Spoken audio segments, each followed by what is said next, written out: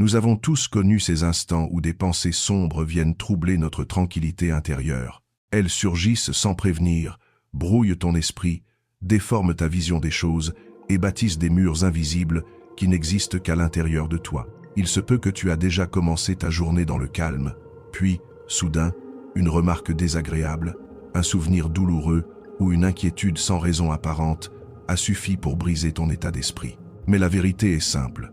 Ce n'est pas le monde extérieur qui t'enlève ton énergie. C'est toi qui donnes le pouvoir à tes propres pensées de te contrôler. Ce que tu vas découvrir ici, c'est que tu peux renverser ce mécanisme. Tu apprendras à faire taire ces voix intérieures, à retrouver ton équilibre et à transformer chaque faiblesse en une source de force pour avancer. Tu vas découvrir 10 enseignements pratiques mêlant la sagesse stoïcienne et les apports de la psychologie moderne afin de gagner l'une des plus grandes batailles de ta vie. Ne plus être esclave de tes pensées. Et tout commence maintenant. Si tu es prêt à t'engager, écris en commentaire « Aujourd'hui, je choisis la sérénité ». Ce sera ton premier pas vers le changement. Avant de plonger dans la première leçon, pense à liker, commenter et partager cette vidéo. Tu aideras ainsi ce message à atteindre d'autres personnes qui, elles aussi, ont besoin d'activer leur force intérieure. Maintenant, commençons. Leçon 1. Mets de l'ordre dans ton esprit. Ton esprit ressemble à une maison dans laquelle, chaque jour, tu ouvres la porte à des centaines de pensées. Certaines sont comme des invités bienveillants. Elles apportent lumière, clarté et énergie. Mais d'autres sont de véritables intrus. Elles sèment le désordre, détruisent ton équilibre et laissent derrière elles un chaos silencieux. La plupart des gens ne s'en rendent même pas compte et laissent ces envahisseurs s'installer sans résistance. Ces voix intérieures se répètent sans cesse. Tu as encore échoué. Tu as raté une nouvelle occasion. Ce dialogue interne agit comme un sac lourd que tu portes durant un marathon. Chaque pas devient plus difficile, jusqu'à rendre la course insoutenable. Le problème n'est pas la route en elle-même, mais ce poids invisible que tu acceptes de transporter. Marc Aurèle l'avait déjà résumé. Le bonheur de ta vie dépend de la qualité de tes pensées. Si chaque pensée est une graine, alors il faut choisir avec attention ce que tu plantes, car tôt ou tard, cela finira par pousser en toi. Carl Jung ajoutait « Tant que tu ne rends pas l'inconscient conscient, il dirigera ta vie et tu l'appelleras destin ». Cela veut dire que, si tu ne prends pas le temps d'observer ce qui se répète dans ton esprit, tu finiras par croire que ta vie n'est que malchance, injustice ou fatalité. En réalité, ce ne sont souvent que les échos de tes propres jugements intérieurs. Chaque critique que tu t'infliges devient une pierre qui, à force de s'accumuler, forme des murs invisibles. Ces murs te bloquent, t'empêchent d'oser et t'amènent à croire que tu n'es pas capable. Tu crois être libre, mais en vérité, tu suis un scénario construit par tes propres reproches. Les stoïciens avaient trouvé une solution à ce piège, transformer l'erreur en apprentissage. Sénèque rappelait « Se tromper est humain, persister dans l'erreur est une faute. Il ne s'agit pas de nier tes fautes, mais de les utiliser comme tremplin pour grandir. S'enfermer dans l'autocritique, c'est comme ramer dans une barque trouée, tu t'épuises sans avancer. Mais en corrigeant ton discours intérieur, tu répares cette barque et tu laisses le courant te pousser vers l'avant. Voici un exercice simple. À chaque erreur, écris les phrases que tu te répètes intérieurement. Lis-les ensuite à voix haute et demande-toi « Dirais-je cela à une personne que j'aime ?» Si la réponse est non, reformule. Par exemple, remplace « Je ne fais jamais rien de bien » par « J'apprends » et chaque pas compte. Chaque soir, demande-toi « Ai-je parlé avec bienveillance à moi-même aujourd'hui ? Qu'est-ce que je peux améliorer demain ?» Petit à petit, ton esprit cessera d'être un champ de bataille pour devenir un espace de paix et de clarté. Car lorsque tu changes ton discours intérieur, tout change. L'ennemi silencieux qui te faisait tomber devient un allié qui t'élève. Et quand tu décides de te traiter avec respect, même dans l'erreur, quelque chose de puissant se produit. Ton esprit devient le lieu le plus sûr pour avancer. Au fond, ce ne sont pas les critiques des autres qui t'atteignent le plus, mais les mots que tu répètes contre toi-même. Si ces mots deviennent des sources de force et de confiance, alors plus rien ne pourra t'arrêter. Écris en commentaire « Aujourd'hui, je choisis d'être mon propre allié. » Parce que lorsque tu as ton esprit de ton côté, aucune erreur n'a le pouvoir de te définir. et aucun doute n'est assez fort pour t'empêcher d'avancer. Leçon 2. Utilise la méditation à ton avantage. Imagine un lac paisible. Lorsque son eau est agitée par le vent, tu n'y vois que des vagues, des reflets brouillés, une surface trouble. Mais dès que le vent tombe, que l'eau redevient calme, son fond apparaît clairement. Chaque pierre, chaque algue, chaque détail devient visible. L'esprit fonctionne exactement de la même manière. Quand il est agité par le stress, la peur ou les pensées négatives, tu perds toute clarté. Mais lorsque tu parviens à l'apaiser, tu redécouvres une vision nette, simple et lucide de toi-même et de ta vie. C'est ce que la méditation t'offre. Un retour à ton centre. Elle n'a rien de mystérieux ou de compliqué. Elle n'exige ni encens, ni position parfaite, ni heures entières de silence.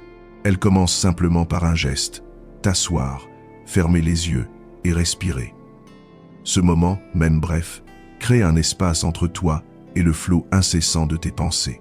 Contrairement à ce que beaucoup croient, méditer ne veut pas dire arrêter de penser. Les pensées continueront de défiler, mais la différence, c'est que tu ne t'y accroches plus. Tu apprends à les regarder passer comme des nuages dans le ciel. Elles apparaissent, se déplacent et disparaissent sans que tu sois obligé de les suivre. Les stoïciens pratiquaient déjà une forme de méditation. Marc Aurèle, dans ses méditations, écrivait chaque jour ses réflexions, ses doutes, ses colères et ses prises de conscience. Ce n'était pas un exercice de style, mais une discipline intérieure. En mettant ses pensées sur papier, il prenait du recul, il les observait au lieu de s'y laisser enfermer.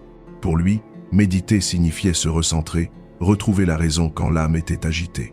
Aujourd'hui, la science confirme ce que ces sages avaient intuitivement compris. De nombreuses études montrent que la méditation régulière diminue l'anxiété, réduit le stress, améliore la concentration et renforce la maîtrise de soi. Les neuroscientifiques expliquent même que méditer change littéralement la structure du cerveau. Les zones liées à l'attention et au calme se développent, tandis que celles liées à la peur et aux réactions impulsives perdent de leur force. Alors, comment commencer concrètement? Rien de compliqué. Chaque jour, offre-toi 5 minutes. Assieds-toi dans un endroit calme. Ferme les yeux et concentre-toi sur ta respiration. Sens l'air entrer et sortir de tes poumons. Ton esprit va forcément vagabonder. Tu penseras à tes problèmes, à ce que tu dois faire demain, à un souvenir ou à une peur. C'est normal. Mais chaque fois que cela arrive, ramène doucement ton attention à ta respiration. Pas de jugement, pas de frustration. Tu reviens, encore et encore. Au début, cela semblera difficile. Mais comme pour tout entraînement, plus tu pratiques, plus cela devient naturel. Et ce qui paraît insignifiant, 5 minutes de respiration consciente, agit comme un exercice invisible qui renforce ton esprit jour après jour. Tu peux aussi utiliser la méditation dans des moments précis. Par exemple, avant une réunion stressante, prends 2 minutes pour fermer les yeux et respirer profondément. Avant de répondre à quelqu'un dans un conflit, inspire et expire 3 fois pour calmer l'émotion qui monte. Petit à petit, tu verras que la méditation n'est pas une échappatoire à la vie, mais une préparation pour mieux y faire face. Chaque séance, même courte, est comme ajouter une pierre à la construction de ta forteresse intérieure. Et plus tu la renforces, plus il devient difficile pour les tempêtes extérieures de t'ébranler. La méditation ne te rend pas invulnérable, mais elle te donne la lucidité nécessaire pour choisir tes réactions au lieu de les subir. Souviens-toi de cette image. L'esprit est comme une lame. Si tu ne l'entretiens pas, elle s'émousse et devient inefficace. Mais si tu l'affûtes chaque jour, même quelques minutes, elle reste tranchante, claire et prête à couper ce qui est inutile. Alors essaie, commence dès aujourd'hui. Prends 5 minutes, assieds-toi, respire et observe. Et chaque fois que ton esprit vagabonde, ramène-le doucement au présent. Tu verras peu à peu, ce simple geste changera ta relation à tes pensées, à tes émotions et à ta vie. Leçon 3. Surmonte la peur avec la force des stoïciens. Combien d'occasions as-tu déjà laissé filer simplement parce que tu avais peur? La peur du jugement des autres, la peur d'échouer, la peur d'être rejeté. Il se peut que tu as gardé pour toi une idée brillante, par crainte qu'on se moque. Ou as-tu repoussé un rêve parce que l'inconfort semblait plus grand que ton envie d'essayer. La peur agit comme un labyrinthe invisible. Plus tu l'évites, plus ses murs se renforcent et t'encerclent. Elle ne t'empêche pas seulement d'agir, elle te vole aussi ton potentiel. Elle transforme ce qui pourrait être une possibilité en un regret silencieux. Et le pire, c'est que la peur se nourrit de toi-même. Plus tu inventes de scénarios catastrophes, plus elle grandit. Comme une ombre dans la nuit, elle paraît gigantesque. Jusqu'à ce que tu allumes la lumière et que tu réalises qu'il n'y avait rien d'autre qu'un reflet. Marc Aurèle écrivait « Si quelque chose d'extérieur te perturbe, ce n'est pas la chose elle-même qui t'affecte, mais le jugement que tu portes dessus. Et ce jugement, tu peux le changer immédiatement. » C'est là le secret. Ce qui compte, ce n'est pas l'événement, mais la façon dont tu le perçois. Changer ton regard, c'est changer la taille de ta peur. Pense à une pièce plongée dans l'obscurité. Tout y semble menaçant. Tu distingues des formes étranges, des silhouettes inquiétantes. Mais si tu allumes la lumière, tu découvres qu'il n'y avait rien de dangereux. Ce principe est le même pour la peur. Au lieu de la fuir, éclaire-la. Regarde-la en face. Un exercice puissant consiste à imaginer le pire scénario possible. Si tu dois prendre la parole et que tu crains d'oublier tes mots, visualise ce moment précis. Qu'arriverait-il réellement? Tu bégayes, tu rougis, et ensuite, tu réalises que ce n'est pas la fin du monde. Souvent, ce que tu redoutes tant n'est en réalité qu'un inconfort passager. Confucius disait « Il vaut mieux allumer une petite bougie que maudire l'obscurité. » Affronter ta peur, c'est allumer cette bougie. C'est lui donner un nom, l'observer, et comprendre qu'elle n'est pas un mur infranchissable, mais une porte que tu peux ouvrir. La psychologue Susan Jeffers a popularisé une idée simple mais puissante. Ressens la peur et avance quand même. Car l'action est le remède. À chaque pas que tu fais malgré la peur, elle diminue. Ce qui semblait un abîme devient un simple fossé que tu peux franchir. Alors, que faire concrètement? 1. Nomme ta peur. Ne dis pas simplement « j'ai peur d'échouer ». Dis plutôt « j'ai peur de ne pas être à la hauteur lors de cette présentation ». En la définissant clairement, tu lui enlèves une partie de son pouvoir. 2. Utilise la technique du pire scénario. Demande-toi, si ça se passe mal, qu'est-ce qui peut réellement m'arriver? Est-ce irréversible ou juste inconfortable? Tu verras que dans 90% des cas, les conséquences sont bien moins graves que tu ne l'imaginais. 3. Agis malgré la peur. N'attends pas que le courage tombe du ciel. Commence petit. Ose dire une idée.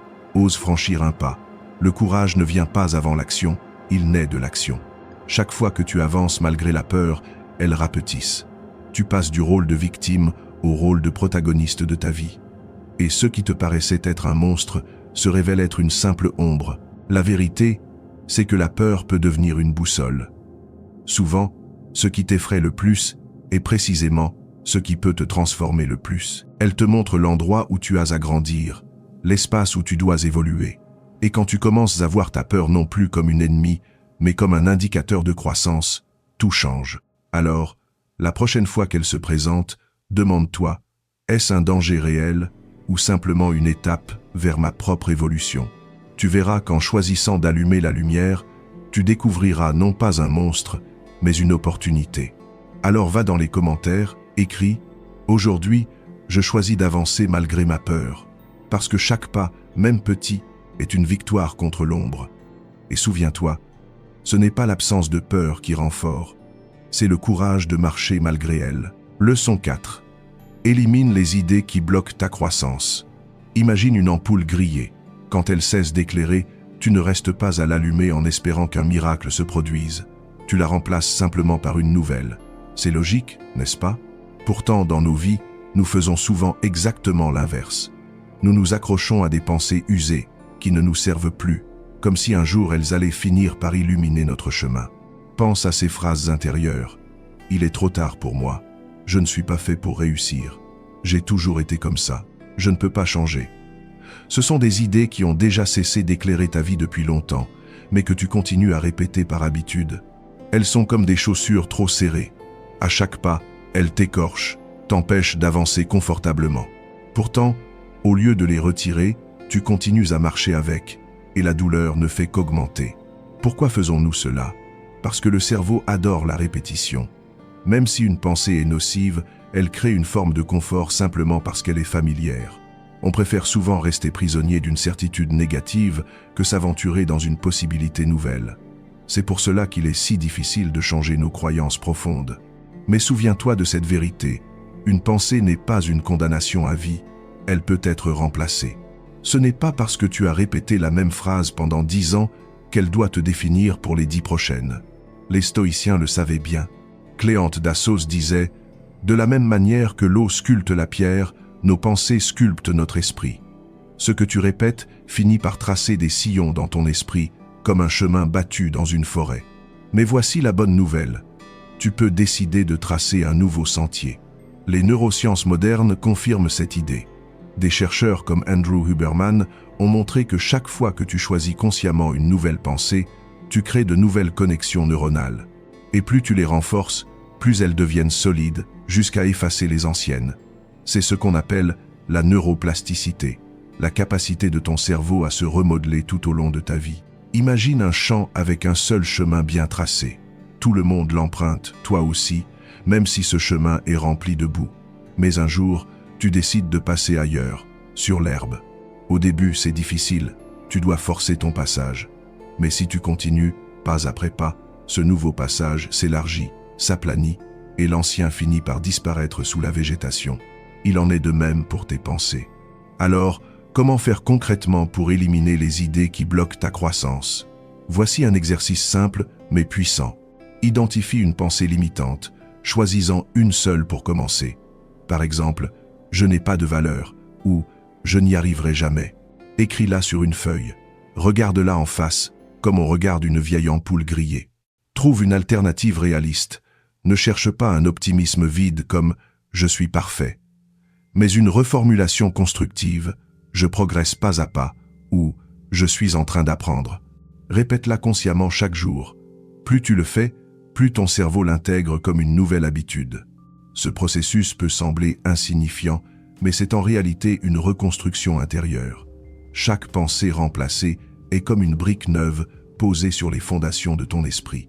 Et au fil du temps, ta maison mentale devient solide, lumineuse, accueillante. Souviens-toi, persister à utiliser une pensée négative, c'est comme insister pour planter un clou avec un tournevis. Cela ne marchera jamais, même si tu t'acharnes. Le progrès commence quand tu choisis l'outil adapté. C'est à dire la pensée qui t'aide au lieu de te freiner. Ne sous-estime jamais ce travail intérieur. Car la plupart des obstacles de la vie ne viennent pas du monde extérieur, mais des murs que tu laisses tes propres idées construire dans ta tête. Et en remplaçant une pensée qui te limite par une pensée qui t'élève, tu commences à briser ces murs, à ouvrir des fenêtres et à laisser entrer la lumière. Aujourd'hui, choisis une seule idée qui bloque ta croissance. Écris-la dans un carnet, puis remplace-la par une pensée nouvelle, plus constructive. Et dans les commentaires, engage-toi en écrivant « Aujourd'hui, je remplace le doute par la force ». Parce que chaque fois que tu choisis consciemment une nouvelle pensée, tu retires une pierre de tes chaînes et tu construis un chemin vers plus de liberté et de clarté. Leçon 5. Transformer la négativité en clarté. Les pensées négatives sont comme des fissures dans un mur. Au début, elles sont presque invisibles, tu n'y prêtes pas attention. Mais si tu les ignores, elles s'élargissent peu à peu, fragilisent toute la structure et finissent par menacer l'ensemble de l'édifice. Tu peux bien recouvrir le mur de peinture, les fissures réapparaîtront toujours, parfois plus grandes encore. Il en est de même avec ton esprit. Ce ne sont pas vraiment les paroles sèches d'un collègue, la file d'attente interminable ou le ton irritant d'un proche qui t'abattent. C'est la manière dont tu interprètes ces événements. Si tu leur donnes un poids énorme, si tu les rumines sans fin, ils deviennent des fissures mentales. Et plus tu leur donnes de place, plus ils fragilisent ton équilibre intérieur. Les stoïciens avaient une autre approche. Pour eux, ce n'était pas la vie elle-même qui détruisait la paix intérieure, mais la manière dont on choisissait de la regarder. Marc Aurèle se posait sans cesse cette question. Est-ce que cela dépend de moi? Si la réponse était non, il refusait d'y investir son énergie. Pourquoi? Parce qu'il savait que chaque pensée est une graine. Et si tu passes ton temps à arroser des graines de colère, d'amertume ou de rancune, tu récolteras une forêt d'amertume. La science moderne confirme cette sagesse antique. Martin Seligman père de la psychologie positive, a montré que ce n'est pas le problème qui pèse sur l'esprit, mais l'interprétation que tu en fais. Autrement dit, la réalité n'a pas toujours le pouvoir de te détruire. C'est le regard que tu poses dessus qui lui donne sa force. Prenons un exemple concret. 2 personnes échouent à un examen. La première se dit « Je suis nul, je n'y arriverai jamais ». La deuxième pense « J'ai échoué cette fois-ci, mais je peux apprendre et revenir plus fort ». La situation est identique, mais le vécu est radicalement différent. L'une s'emprisonne dans la négativité, l'autre transforme l'échec en moteur. Alors, comment transformer concrètement tes pensées négatives en clarté? Voici un exercice stoïcien que tu peux pratiquer dès aujourd'hui. Écris tes pensées négatives. Mets-les noir sur blanc, comme si tu dévoilais les fissures de ton mur intérieur. Mets-les à l'épreuve. Pour chacune, demande-toi, est-ce réel? Est-ce que cela dépend de moi? Quelle est la probabilité que cela arrive vraiment? Reformule. Si tu avais écrit « Je n'y arriverai jamais », transforme-le en « Je vais avancer pas à pas et continuer à progresser ». Agis, même petitement. Remplacer une pensée n'est pas suffisant. Comme dans la rénovation d'un mur, il ne suffit pas de repérer la fissure, il faut réparer. Pose une action, même minime, qui redonne de la solidité à ton esprit. Ce processus peut sembler simple, mais il est extrêmement puissant, parce qu'il déplace ton attention de ce qui te fait souffrir vers ce qui te redonne du pouvoir. Et là réside la vraie liberté. Comprendre que ce ne sont pas tes pensées qui dirigent ta vie, mais que c'est toi qui choisis lesquelles méritent une place dans ton esprit. Souviens-toi de cette image. Une pensée négative, c'est comme une vitre sale devant tes yeux.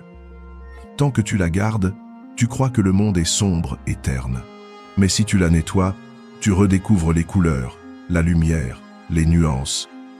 La réalité n'avait pas changé, c'est ton regard qui s'était obscurci. Transformer la négativité en clarté, ce n'est pas nier les problèmes ou prétendre que tout va bien. C'est décider de voir les choses avec une lucidité différente. C'est refuser d'alimenter des ombres et choisir d'éclairer ton esprit avec des pensées plus justes, plus utiles, plus constructives. Et rappelle-toi, chaque fois que tu choisis une pensée de clarté, tu renforces ton esprit comme un mur qu'on répare pierre après pierre. Petit à petit, les fissures disparaissent et tu te tiens à nouveau dans une maison solide, un refuge intérieur où rien ni personne ne peut t'abattre. Prends une feuille aujourd'hui, note une pensée négative qui revient souvent dans ton esprit. Mets-la en question et remplace-la par une pensée plus réaliste et plus constructive. Et dans les commentaires, engage-toi en écrivant « Aujourd'hui, je choisis la clarté à la place de la négativité, parce que chaque pensée que tu transformes est une fissure que tu répares, et chaque fissure réparée est une nouvelle force que tu construis en toi. » Leçon 6. Vois au-delà de l'évidence.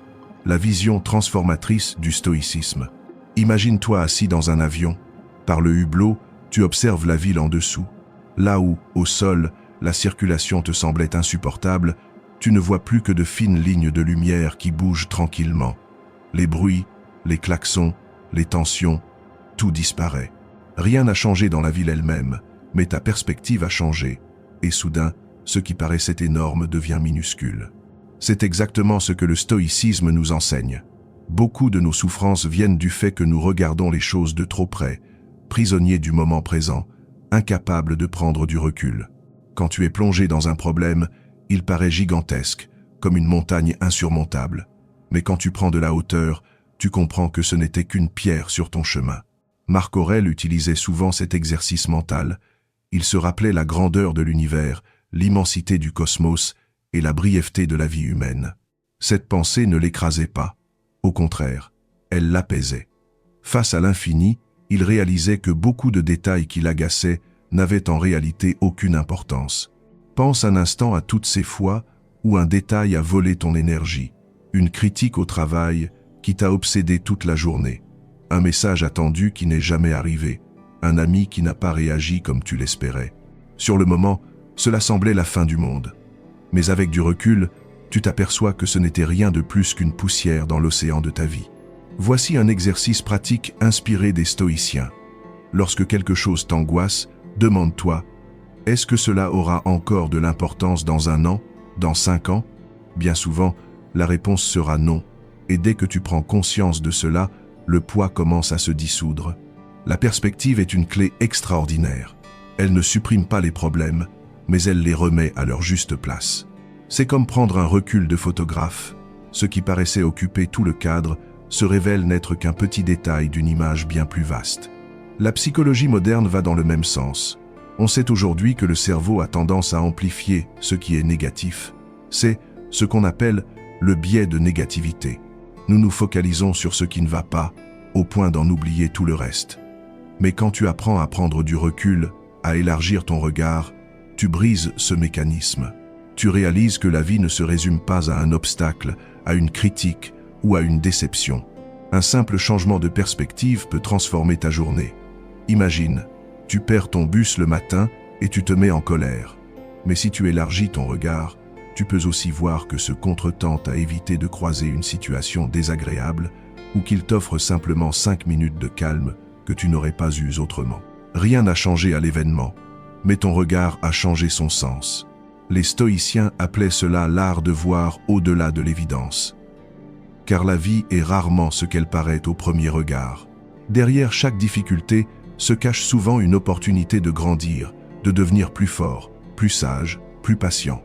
Mais pour le voir, il faut apprendre à élargir ton champ de vision. Voici une pratique simple. La prochaine fois qu'un problème surgit, ferme les yeux et imagine-toi le voir d'en haut, comme si tu regardais ta vie depuis le ciel. Observe-le comme une petite partie d'une grande carte. Tu verras qu'il ne prend plus toute la place. Tu comprends alors que ta vie ne se résume pas à ce seul problème, mais qu'elle est faite de 1000 autres choses positives qui existent en parallèle. La vraie transformation naît quand tu apprends à ne pas exagérer ce qui est petit et à ne pas oublier ce qui est grand. Aujourd'hui, prends un problème qui t'occupe l'esprit et demande-toi, dans 1 an, cela aura-t-il encore une importance? Et dans les commentaires, écris, aujourd'hui, je choisis de prendre du recul. Parce qu'au fond, ce n'est pas la taille de tes problèmes qui définit ta vie, mais la perspective avec laquelle tu les regardes. Leçon 7. Sois plus fort que l'environnement qui t'entoure. As-tu déjà remarqué à quel point l'humeur des personnes qui t'entourent peut influencer la tienne? Tu commences ta journée motivé, plein d'énergie, et il suffit de croiser quelqu'un qui se plaint sans arrêt, qui critique tout et tout le monde, pour sentir ton énergie se vider. Petit à petit, sans t'en rendre compte, tu adoptes toi aussi les mêmes pensées que tu rejetais quelques minutes plus tôt. L'environnement est silencieux, mais il a un pouvoir énorme. C'est comme entrer dans une pièce remplie de fumée. Même si tu respires profondément, même si tu essayes de rester calme, la fumée finit par imprégner tes vêtements, ta peau et ton souffle. De la même façon, la négativité ambiante finit par s'infiltrer dans ton esprit si tu ne mets pas de barrière. Les neurosciences expliquent cela avec le phénomène des neurones miroirs. Ces neurones sont comme des antennes émotionnelles. Ils reproduisent inconsciemment les émotions et comportements des personnes autour de toi. Voilà pourquoi la mauvaise humeur d'un collègue, la colère d'un proche ou le pessimisme constant de ton entourage peut si facilement contaminer ton état d'esprit. Mais il existe une vérité libératrice. Tu n'es pas obligé de te laisser dominer par ton environnement. Tu ne contrôles pas ce que les autres disent ou font, mais tu peux choisir ce que tu laisses entrer dans ton esprit. C'est exactement ce que conseillaient les stoïciens. Développer une citadelle intérieure, un espace de stabilité en toi que rien d'extérieur ne peut ébranler. Imagine une maison. Lorsqu'il pleut, tu ne peux pas arrêter la pluie, mais tu peux fermer les fenêtres et garder l'intérieur au sec. De la même manière, tu ne peux pas empêcher les autres d'être négatifs, mais tu peux décider de filtrer ce que tu laisses pénétrer en toi. Voici des pratiques simples pour devenir plus fort que ton environnement. Filtre ce que tu consommes. Si chaque jour tu regardes les nouvelles chargées de tragédie, si tu passes ton temps dans des discussions toxiques ou sur des réseaux sociaux remplis de critiques, ton esprit s'imbibe de cette énergie. Essaie de réduire ses sources. Mets en sourdine certains profils, quitte les groupes où règne la plainte, ferme la télévision quand tout n'est que pessimisme. Choisis les bonnes influences. Comme disait Sénèque, fréquente ceux qui te rendent meilleur. Entoure-toi de personnes qui t'inspirent, qui t'élèvent, même à travers un livre, une vidéo, une conversation brève. Et en retour, cherche aussi à élever les autres. Construis ta forteresse intérieure. Chaque fois que tu prends un moment pour méditer, réfléchir, écrire ou simplement rester en silence, tu renforces tes murs intérieurs. Ainsi, même si le monde extérieur est agité, tu gardes une stabilité que rien ne peut briser. Pratique le discernement. Tu n'as pas besoin de tout absorber. Quand quelqu'un critique, se plaint ou diffuse du pessimisme, visualise une porte vitrée. Tu entends, tu vois, mais tu ne laisses pas entrer. Tu observes sans absorber. Être plus fort que son environnement ne signifie pas s'isoler ou couper tous les liens. Cela veut dire choisir consciemment ce que tu laisses t'influencer. Car si tu ne mets aucun filtre, c'est comme vivre dans une maison sans porte ni fenêtre pendant une tempête. Tôt ou tard, tout sera inondé. Daniel Goleman, dans son livre Intelligence émotionnelle, explique que les émotions négatives sont hautement contagieuses.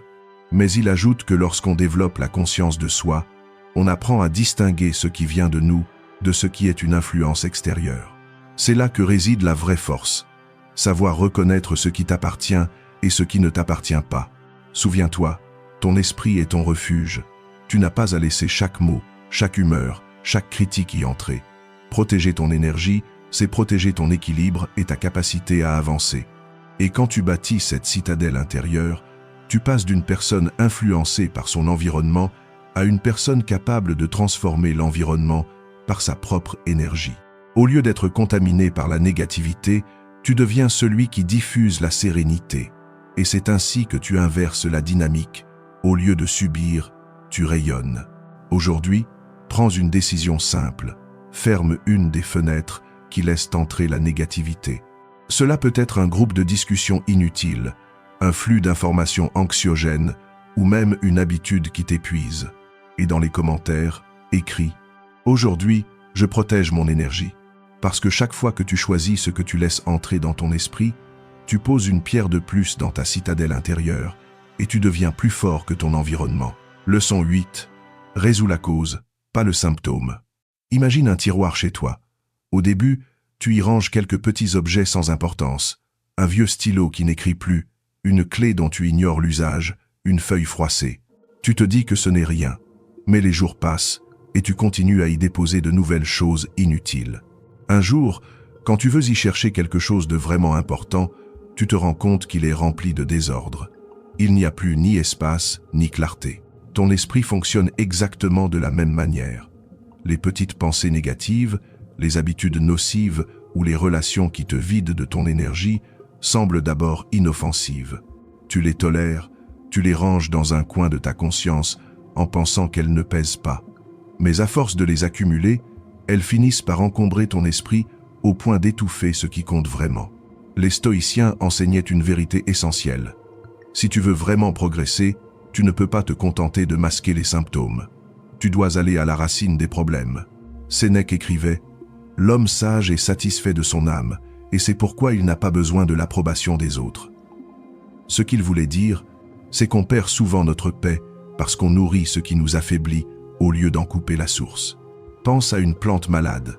Tu peux enlever les feuilles abîmées, tu peux tenter de la camoufler dans un joli pot, mais si tu ne touches pas à la racine infectée, la maladie reviendra toujours. De la même manière, si tu continues à tolérer une habitude destructrice, une pensée qui t'empoisonne ou une relation qui dépasse tes limites, tu entretiens un problème qui grandira inévitablement. Pourquoi est-ce si difficile de s'attaquer à la cause?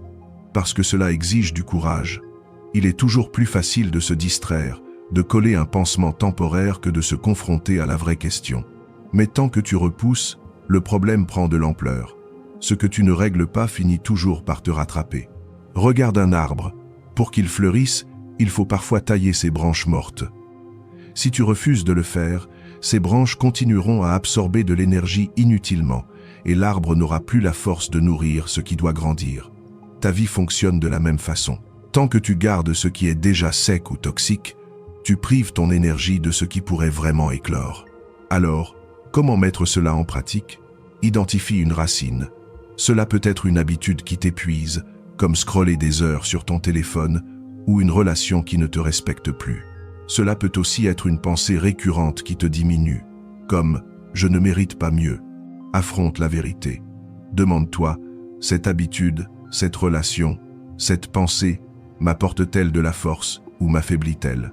La sincérité est parfois douloureuse, mais elle est toujours libératrice. Décide de couper. Pas demain, pas plus tard, mais aujourd'hui. Supprime ce qui n'a plus de sens. Cela peut être aussi simple que de quitter un groupe toxique, de désinstaller une application qui t'engloutit, ou de dire non à une demande qui dépasse tes limites. Crée de l'espace. Se débarrasser d'une racine nocive, ce n'est pas seulement perdre quelque chose, c'est surtout faire de la place pour que de nouvelles forces, de nouvelles opportunités et de nouvelles pensées puissent grandir. Évidemment, ce processus n'est pas toujours facile. Évidemment, les excuses apparaissent. Ce n'est pas si grave. Je m'en occuperai plus tard. Mais à chaque fois que tu repousses, tu permets au problème de grandir. Le véritable courage, c'est de regarder ce qui te fait mal en face et de choisir de ne plus l'entretenir. Souviens-toi, la vie ne consiste pas à tout accumuler, mais à sélectionner avec intention ce qui vaut la peine d'être gardé. Aujourd'hui, choisis une racine que tu es prêt à couper, une habitude, une pensée ou une relation qui n'a plus sa place dans ta vie. Écris-la dans un carnet, puis engage-toi à agir. Et dans les commentaires, écris « Aujourd'hui, je coupe le mal à la racine », parce que chaque fois que tu retires ce qui t'enchaîne, tu libères de l'espace pour ce qui te fait grandir et fleurir. Leçon 9. Sois plus fort que les difficultés de la vie. Imagine-toi marchant sur un chemin après une tempête. Le sol est glissant, parsemé de trous et de pierres. Chaque pas demande un effort supplémentaire. À certains moments, tu doutes. Est-ce que je vais arriver jusqu'au bout? Pourtant, la seule manière de traverser ce chemin est de continuer à avancer, pas après pas. La vie ressemble souvent à ce sentier chaotique. Elle n'est pas un terrain lisse et confortable. Elle est faite d'obstacles, d'imprévus, de pertes et de douleurs. Mais ces obstacles ne sont pas là pour t'arrêter. Comme le rappelait Marc Aurèle, ce qui fait obstacle devient le chemin. Autrement dit, ce qui te bloque aujourd'hui peut devenir la voie même qui te transforme demain. Pense à toutes les personnes qui ont marqué l'histoire par leur force.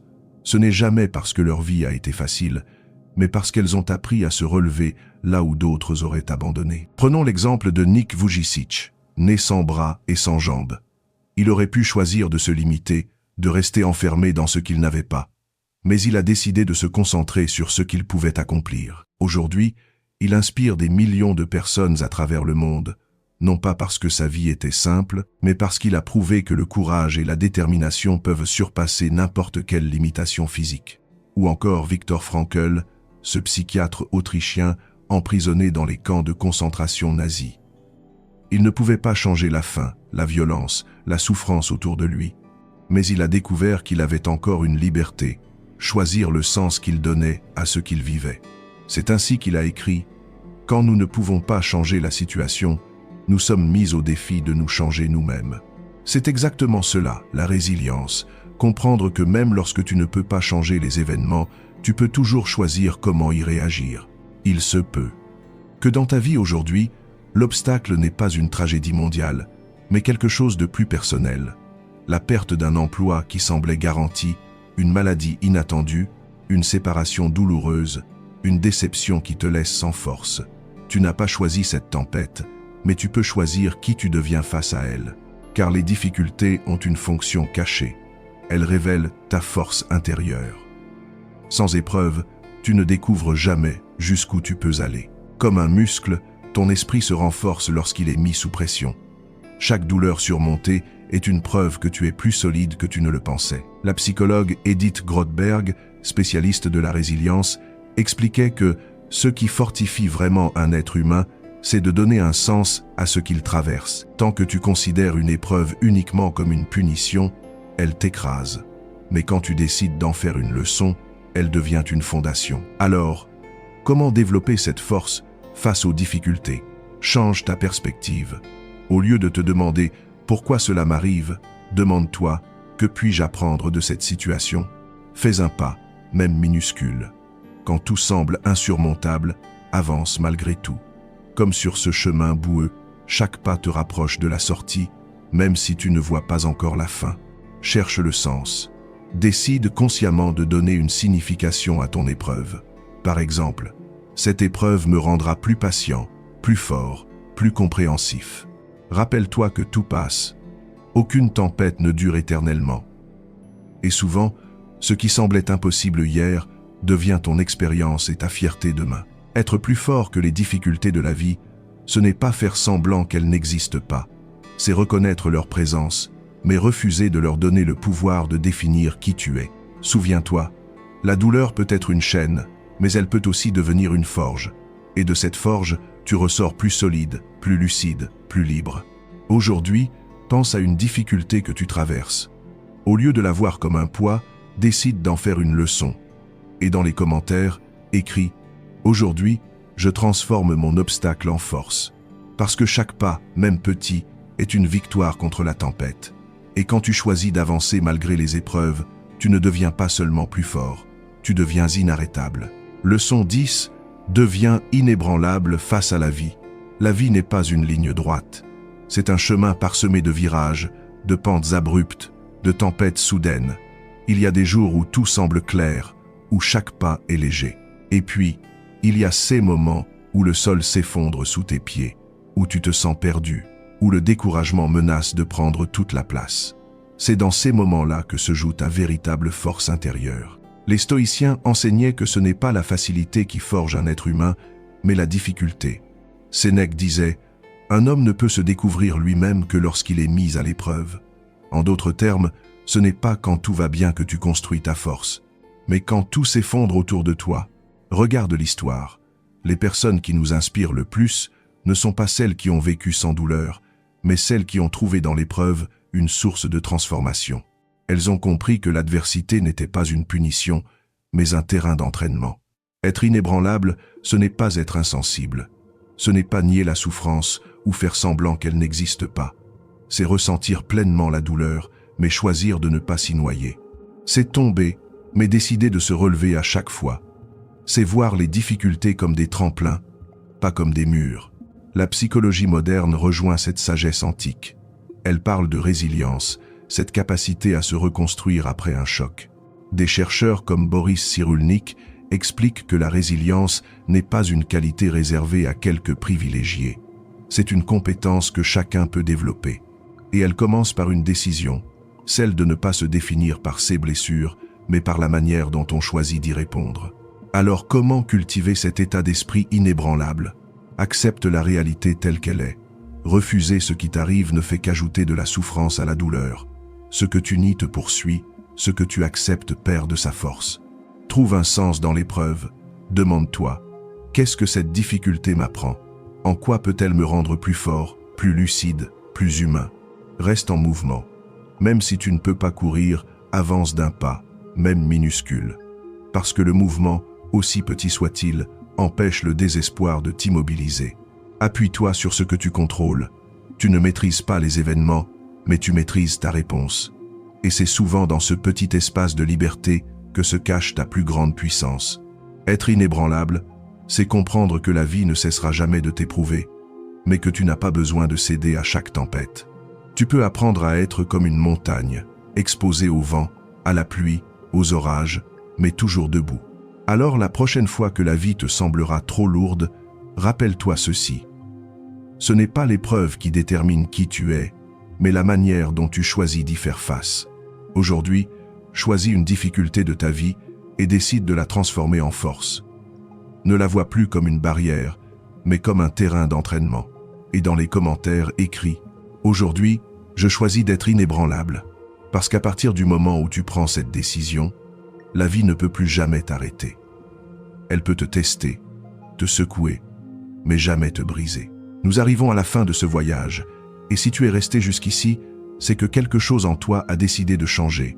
Pas demain, pas plus tard, mais dès aujourd'hui. Car au fond, tu sais que la vie ne se transforme pas d'un seul coup, mais par une succession de petits choix, répétés jour après jour. Ce que tu viens de parcourir n'était pas seulement une série de leçons stoïciennes. C'était une invitation à reprendre le contrôle de ton esprit, à te libérer de ce qui t'enchaîne et à bâtir, pierre après pierre, une forteresse intérieure que rien ni personne ne pourra détruire.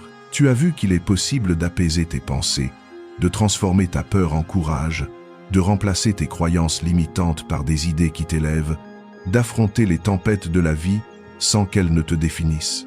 Tu as appris que ton véritable pouvoir ne réside pas dans ce que tu possèdes, ou dans ce que les autres pensent de toi, mais dans ta capacité à choisir ton regard, ton attitude et tes actions. Le stoïcisme nous rappelle une vérité simple.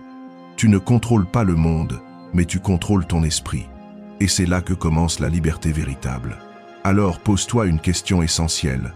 Veux-tu continuer à être prisonnier de tes pensées ou veux-tu devenir le maître de ton esprit? La réponse ne dépend que de toi. À partir d'aujourd'hui, chaque matin est une nouvelle opportunité. Tu peux choisir d'entretenir tes anciennes chaînes ou de les briser. Tu peux choisir de répéter les mêmes dialogues négatifs ou de créer une voix intérieure qui te soutient. Tu peux choisir de subir ton environnement ou de rayonner malgré lui. La décision t'appartient. Et ce choix, aussi petit qu'il puisse paraître, finit par changer une vie entière. Alors si ce message a résonné en toi, fais 2 choses simples mais puissantes.